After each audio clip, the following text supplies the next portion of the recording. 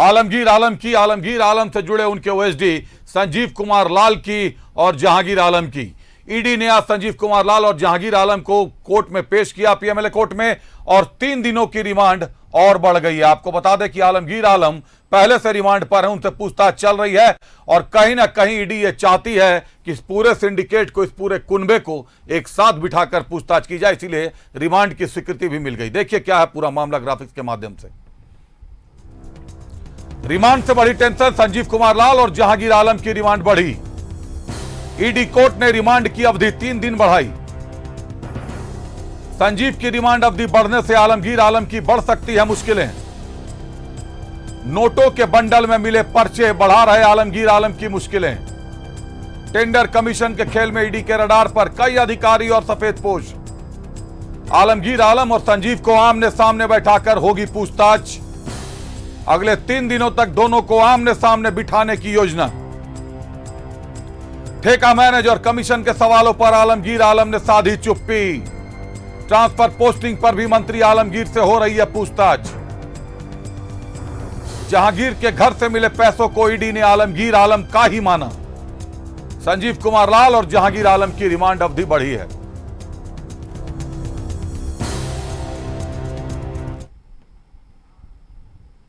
इधर आलमगीर आलम को अचानक से एंजाइटी की समस्या आ गई है। जो बड़ी खबर इस वक्त की मिल रही है कि ईडी दफ्तर में मेडिकल की टीम अभी तुरंत पहुंची है।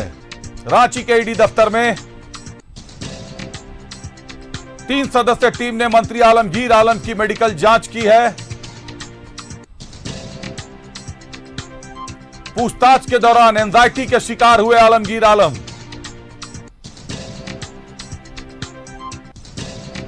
चिड़चिड़ापन के साथ चिंतित हैं आलमगीर।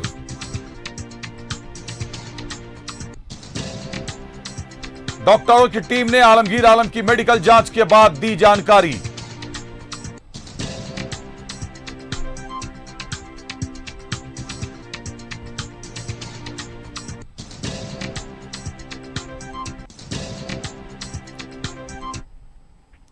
तो आलमगीर साहब को एंजाइटी के अटैक आने लगे हैं, चिड़चिड़ापन है और चिंतित हैं। किस बात पर चिंतित हैं? विरासत सौंपेंगे अपने सुपुत्र को, उसकी चिंता है, या इरफान अंसारी उनकी गद्दी पे आके ना बैठ जाएं, इसकी चिंता है, या और क्या चिंता है उनको, और पैसों की या बातचीत की, ये अभी जांच का विषय है। रुक करते हैं, हमारे साथ हमारे सहयोगी दीपक जुड़ रहे हैं न्यूज रूम से। दीपक, 3 दिन और रिमांड की अवधि बढ़ी और रिमांड की अवधि बढ़ने की जानकारी सुनते ही आलमगीर साहब को एंजाइटी के अटैक आने लगे हैं। दीपक। बिल्कुल, टेंडर कमीशन घोटाला मामले में गिरफ्तार मंत्री आलमगीर आलम के ओएसडी संजीव लाल और उनके नौकर जहांगीर आलम की रिमांड अवधि 3 दिन और बढ़ गई है। और रिमांड अवधि बढ़ने से कहीं ना कहीं मंत्री आलमगीर आलम और ऐसे लोग जो अभी भी पर्दे के पीछे है, चाहे कॉन्ट्रैक्टर हो या फिर ठेकेदार हो या फिर ब्यूरोक्रेट्स के अलावा राजनेता हो, उन लोगों की मुश्किलें बढ़ सकती है। चूँकि तीनों को जब आमने सामने बैठा करके ईडी के अधिकारी पूछताछ करेंगे तो कई अहम जानकारी ईडी को मिल सकता है। चूँकि बीते 6 मई को जिस तरीके से ईडी की एक बड़ी कार्रवाई हुई, कई इंजीनियरों, ठेकेदारों और कॉन्ट्रैक्टरों के अलावा मंत्री आलमगीर आलम के ओएसडी संजीव लाल और उनके नौकर जहांगीर आलम के ठिकाने पे छापेमारी हुई थी। और उस छापेमारी में जहांगीर आलम के ठिकाने से 32 करोड़ 20 लाख रुपए ईडी ने बरामद किया था। इसके अलावा ठेकेदार मुन्ना सिंह के ठिकाने से 2 करोड़ 93 लाख रुपए ईडी ने बरामद किया था।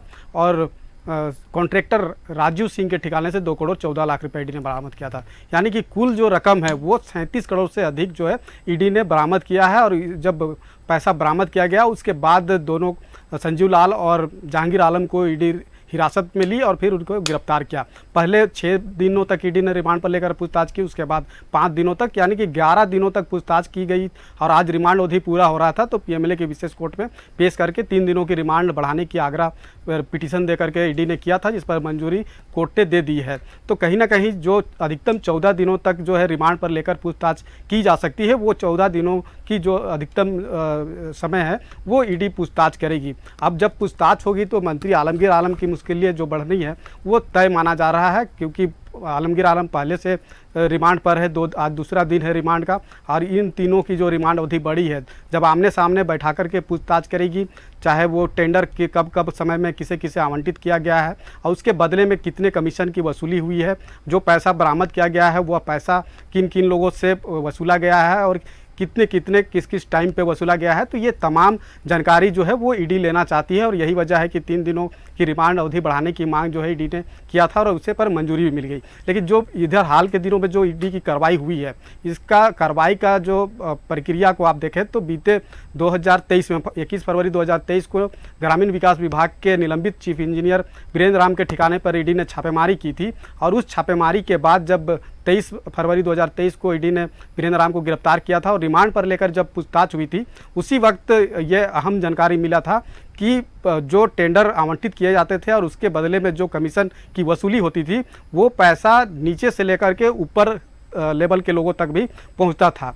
तो 1 साल तक पूरी तरह से होमवर्क किया गया ईडी के द्वारा, और उसके बाद बीते 6 मई को ईडी ने एक बड़ी कार्रवाई की। तो इतनी मोटी रकम जो ईडी ने बरामद किया है, उसका किन किन लोगों से लिया गया है और कौन कौन लोग हैं जो अभी भी ईडी के जो कार्रवाई है उसके सामने नहीं आया है, तो वैसे लोगों का भी चेहरा आने वाले समय में आ सकता है। जब ईडी की पूछताछ जब समाप्त होगी और जब अहम जानकारी ईडी को मिलेगा, उसके बेसिस पे आगे भी कार्रवाई जारी रहेगा। जी, आगे भी कार्रवाई जारी रहेगी। जो पूछताछ के बाद जानकारियां ईडी खंगाल रही है, आलमगीर आलम पहले से रिमांड पर हैं और आज संजीव लाल और उनके नौकर जहांगीर आलम की रिमांड अवधि बढ़ गई है 3 दिन तक, और अभी दूसरा दिन ही आलमगीर साहब का एंजाइटी अटैक आने लगे हैं।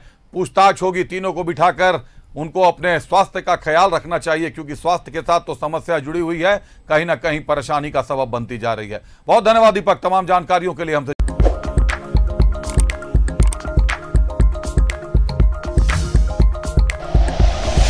Like and share videos, subscribe करें हमारा चैनल और प्रेस करें बेल आइकॉन। न्यूज़ 11 भारत, सच है तो दिखेगा।